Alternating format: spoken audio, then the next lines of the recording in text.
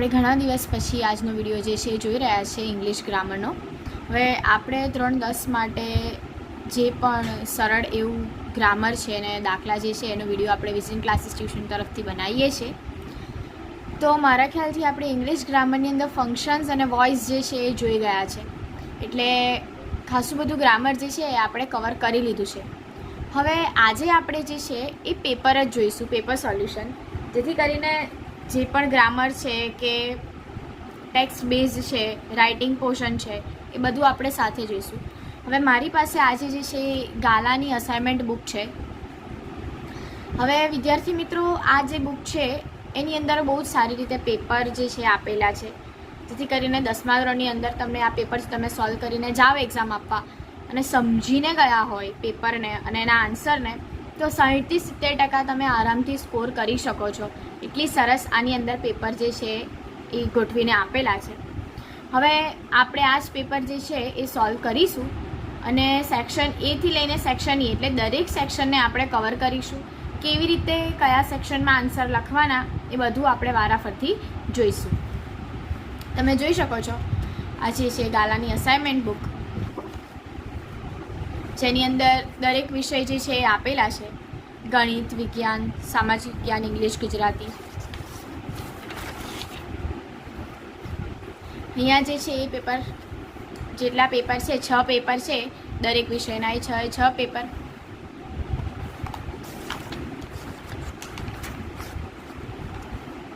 આ પ્રશ્નપત્રનું પરિરૂપ છે કે કેટલા પ્રશ્નો ગુણભાર, દરેક જે પ્રશ્નના જવાબ હોય એમાં કેટલા ગુણભાર છે એ દર્શાવેલું છે અહીંયા. હવે આપણે ઇંગ્લિશના પેપર સોલ્વ કરવાના છે, એટલે આપણે જોઈએ.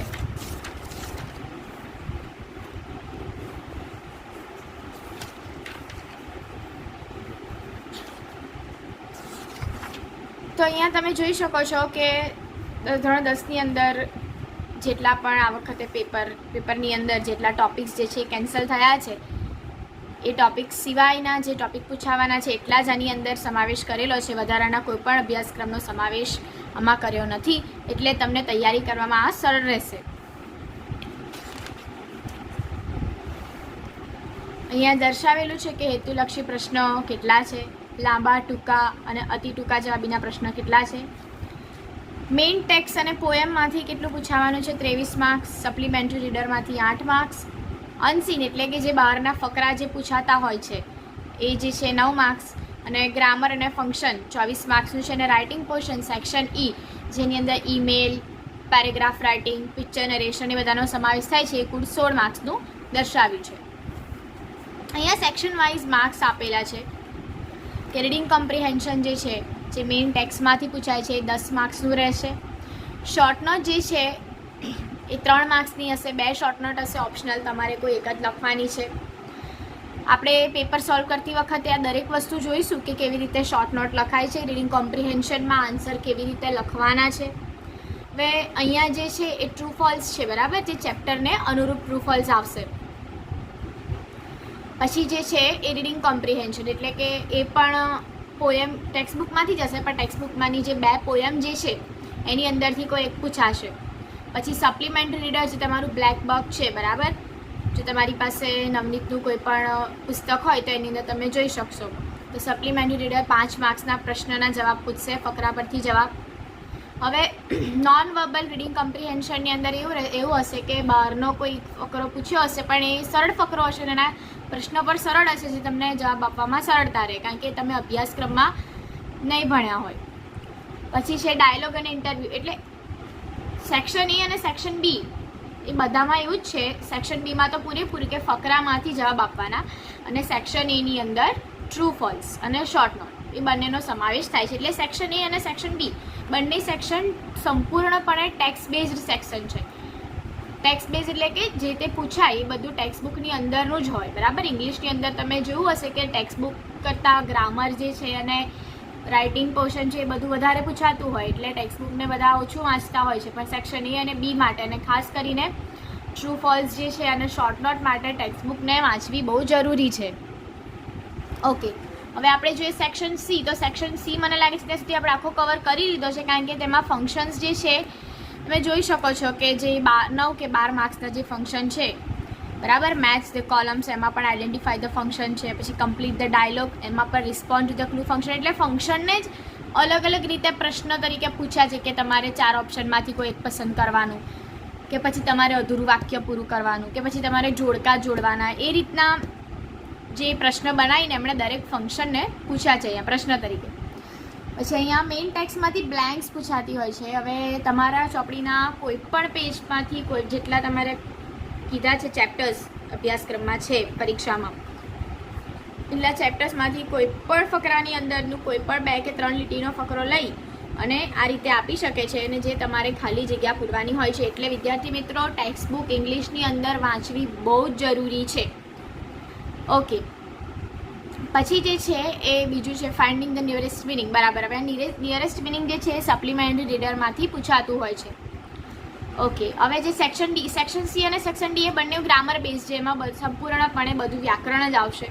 હવે ઇનડાયરેક્ટ સ્પીચ જે છે, હવે ઇનડાયરેક્ટ સ્પીચ આમ દર વખતે આખું કન્વર્ટ કરવાનું હોય છે, પણ આ વખતે તમારે જે બાદ કરેલો અભ્યાસક્રમ છે એની અંદર તમને એક ફાયદો થયો છે કે ઇનડાયરેક્ટ સ્પીચમાં તમારે 3 કે 4 કે ખાલી જગ્યા આપી છે. એ ખાલી જગ્યા ઉપરથી બાજુમાં કૌંસ આપ્યા છે, કૌંસની અંદરથી તમારે કોઈ પણ એક પસંદ કરીને મૂકવાનું હોય છે. એટલે પહેલાં કરતાં કમ્પેરેટિવલી ઇનડાયરેક્ટ સ્પીચ જે છે એ બહુ સરળ થઈ ગઈ છે. ઓકે, એટલે એને આપણે જ્યારે પેપર સોલ્વ કરીશું ત્યારે જ એના નિયમ જે છે એ બધા આપણે જોઈ લઈશું. પછી જે કન્જક્શન જે છે એને એ પણ એક ગ્રામરનો જ પાર્ટ છે, બરાબર. પછી editing, passage with 3 blanks with 3 option each. Okay, એટલે એવું હશે કે ફકરો આપ્યો હશે ને એની અંદર પછી તમારે અલગ અલગ બાજુમાં 2 ઓપ્શન આપ્યા હશે ને ગ્રામરની ભૂલ હશે કાં તો પછી કોઈ પણ મિસ્ટેક હશે, તમારે સાચો જવાબ લખવાનો. પછી ડુ એઝ ડાયરેક્ટેડ, એની અંદર ચેન્જ ધ ટેક્સ્ટ. ઓકે, એટલે આ જે છે આ મને ખ્યાલ છે ત્યાં સુધી પ્રશ્ન નંબર 51 કે 52મો પ્રશ્ન છે, અને એની અંદર 4 માર્ક્સનું જે છે એ આપ્યું હશે તમને ફકરો, અને 2 માર્ક્સનું એક્ટિવ પેસિવ અને 2 માર્ક્સનું બીજું કોઈ બી ગ્રામર કે ટેન્સ ચેન્જ કરવાનો કે જેન્ડર ચેન્જ કરવાની એ હશે. સિલેક્ટ ધ ક્વેશ્ચન, એ પણ ક્વેશ્ચન જે તમને ખબર છે કે વેરનું ઇંગ્લિશ શું થાય, વિચનું ઇંગ્લિશ શું થાય, વોટને શું કહેવાય, એ પ્રમાણે અહીંયા સિલેક્ટ ધ ક્વેશ્ચન. અને લાસ્ટ જે છે સેક્શન ઈ, સેક્શન ઈ જે છે એ પેરેગ્રાફ રાઇટિંગ છે કે નિબંધ કહી શકીએ. ઈમેલ જે છે ઈમેલ અને ઈમેલના ઓરમાં છે રિપોર્ટ રાઇટિંગ, અહેવાલ લેખન, અને લાસ્ટ જે છે પિક્ચર ડિસ્ક્રિપ્શન એ કમ્પલસરી છે, બરાબર. તો એમ કરીને કુલ 80 માર્ક્સનું પેપર આપણું અહીંયા રેડી થાય છે. તો આપણે હવે વારાફરથી એક પછી એક પ્રશ્નપત્ર જોઈશું અને દરેક પ્રશ્નપત્રને આપણે બધા જવાબ જે છે સોલ્વ કરીશું. આપણે અહીં સેક્શન એ અને સેક્શન બી પણ સોલ્વ કરીશું, જેથી કરીને તમને ખ્યાલ રહે કે કેવી રીતે જવાબ લખવાના હોય છે. હવે ક્વેશ્ચન પેપર 1 જે છે એ નમૂનારૂપ છે, એટલે એને અહીંયા બહુ સરસ રીતે સોલ્વ કરીને જ આપ્યું છે, તમે જોઈ શકો છો.